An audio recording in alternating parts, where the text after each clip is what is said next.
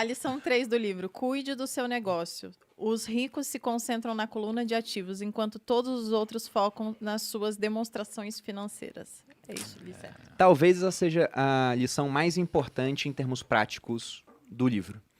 O que ele está falando aqui é o seguinte, ele até dá exemplos, né? Eu acho que o mérito desse livro é que ele simplifica pra caramba as coisas, como se realmente você estivesse falando com uma criança. E em termos financeiros, muitas pessoas são quase similares à criança, porque nunca tiveram uma instrução sobre isso. Sim. Então, o que ele fala é que ele divide, ele faz 2 desenhos, onde ele bota lá uma parte de demonstração financeira e uma outra de ativos e passivos. Ele até mostra como é que funciona a vida das pessoas, do pobre, da classe média e do rico. Ele fala o seguinte, o pobre, ele tem a renda que vem do trabalho dele, então entra lá a renda, ele tem despesas e acabou. E às vezes as despesas são até superiores ao que ele tem de renda. Aí na parte do patrimônio é 0 ativos e ainda começa a ter passivo com dívida. Aí ele fala da classe média. Ele fala que a classe média tem lá a sua renda, que é maior do que as despesas. Então, geralmente, o que a classe média faz? Aquele dinheiro que sobra, ao invés de investir, eles consomem. Eles querem o carro, aí se eles compram um carro, eles querem um carro mais caro. E ele Aumenta tem o uma frase boa aqui sobre isso. Ó. Os problemas financeiros geralmente resultam do trabalho de uma vida toda feita para outras pessoas. Então, compra o carro para impressionar o amiguinho. Não, né? e além disso, ele também fala o seguinte, que cuidar do seu negócio aqui não significa você abrir um negócio. O que ele fala é, a sua profissão não é o seu negócio. O seu negócio tem que ser acumular ativos. Esse é o negócio de toda pessoa. Muito bom isso. Ele fala que a classe média, quando sobra dinheiro, compra um passivo. E aí esse passivo vai tirar mais dinheiro do bolso deles. Então o fluxo deles é renda, compra um passivo, o passivo aumenta a despesa, daqui a pouco as despesas estão tão grandes que quando a renda baixa o cara entra em dívida, não constrói patrimônio. Eu acho que o principal insight que eu tive desse livro é entender que patrimônio pode ser ativo ou passivo. O primo até postou esses dias. Que alguém perguntou sobre ter carro ou sobre ter casa. É o mesmo item, né? É o mesmo patrimônio, porque coisa. estão sobre, tá sob sua jurisdição, digamos assim, mas você pode usar o carro para trabalhar ou não, ou só para curtir, você pode usar o imóvel para alugar ou exatamente. para usar. Então, o principal ensinamento que eu tive com esse livro quando eu era bem novo foi entender que patrimônio ele pode ser ativo ou passivo, né? Não, e tem uma coisa muito interessante disso entendi. também. Porque se você pegar a definição contábil, né, é muito mais complicado. Pô, você tem lá ativos intangíveis, tangíveis, aí você tem que o negócio é passivo, circulante. É um monte de definição complicada. Quando eles perguntaram pro pai rico qual era o jogo dos ricos, ele falou, ricos compram ativos, pobres de classe média compram passivos. Achando um que são ativos. Achando que são ativos. O que é um ativo? Ele falou, ativo é o que isso. bota dinheiro no seu bolso, passivo é o que tira.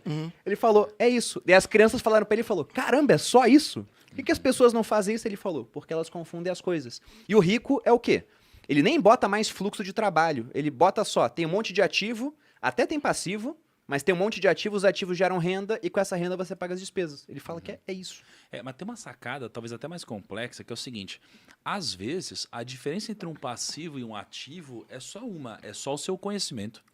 Porque, por exemplo, quando você pega um imóvel, você financia ou você paga alguma coisa, você tem um custo. Então, na lógica, é um passivo. Mas, dependendo de como você fizer isso, ele é um ativo para você. Né? Então, assim, uma conta que eu vejo as pessoas fazendo lá fora e o brasileiro não faz é o ROI, que é o Return on Equity de um patrimônio, né? de um ativo imobiliário. Porque a fórmula de um patrimônio, do ROI, aliás, é lucro líquido sobre patrimônio líquido.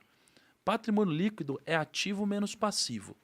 Então, se você tem um imóvel e você comprou um imóvel de 1 milhão, mas você já quitou uma parte e você deve, por exemplo, 800 mil, então você tem um patrimônio líquido de 200 mil reais.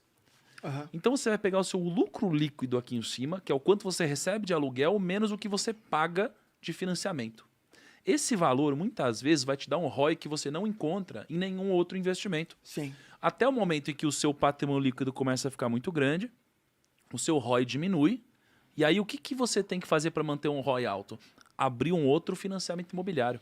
Então existe um sweet spot aqui, onde isso daqui deixa de ser um passivo e vira um ativo, e onde O você sweet tem um ROI spot muito é uma alto. linha tênue, aquele só que você... Só que impressionar. Impressionar. Né? Então, cara, é por isso que eu tô falando que às vezes a diferença entre o negócio e o passivo ativo é só você saber o que você tá fazendo, cara.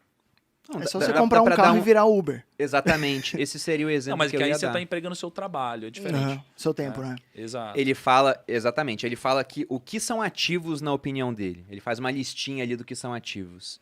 Coloca ações, coloca imóveis e coloca negócios que não dependam da presença dele. Porque se depender da presença dele, aí não é negócio, é uma profissão. Então isso do Uber é, por exemplo, você comprar carros, o que inicialmente a visão poderia ser, embora contábil, né, na visão contábil seja um ativo imobilizado por uma empresa, na visão dele aqui, ó, o seu carro é um passivo. Mas se você compra carros para botar pessoas para dirigirem para você, aí vira um ativo da sua empresa. Aham. Seria a visão dele.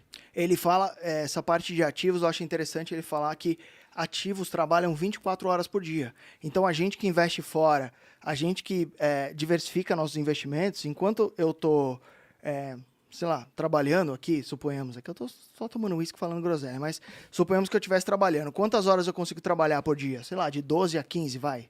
Suponhamos que eu Quando sou- muito, né? De maneira sustentável, você não me 15 conhece. vai demorar, sabe? Vai ser alguns anos me só. conhece.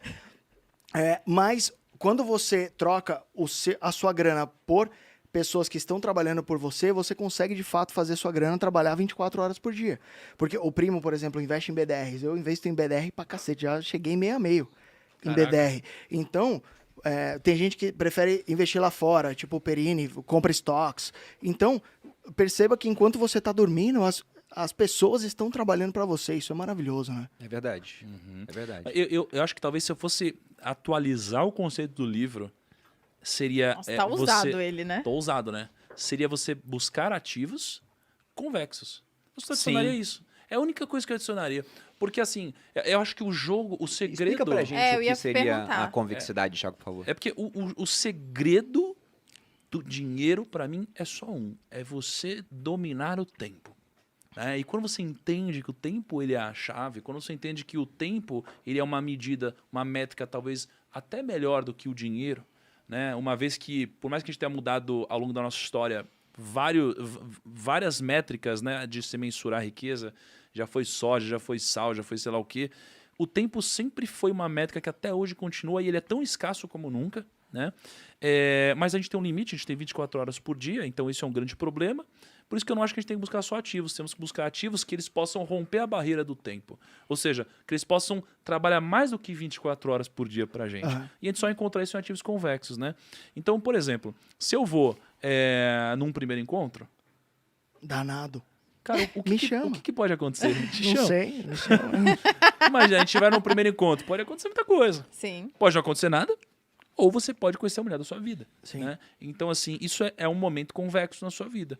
Então, quando você compra uma ação, cara, isso é convexo. Né? Você pode ter um investimento que vai se multiplicar infinitamente. Né? Agora, Você quando tem uma simetria convidativa, né? Exato. Não existe preço negativo, mas você pode multiplicar a sua grana. Exatamente. Eu acho que assim, quanto mais convexo dependendo do time, por exemplo, você pega um mercado numa crise muito grande, o mercado em si ele é convexo. Mas quando você tem uma crise muito grande, você tem uma assimetria muito mais forte do que você tinha antes. Mas a convexidade continua. Então, assim, eu acho que as decisões convexas seria a única coisa que eu adicionaria nesse livro. Eu tenho certeza que o Kiyosaki ia achar um termo muito mais for kids aqui do que a convexidade, cara.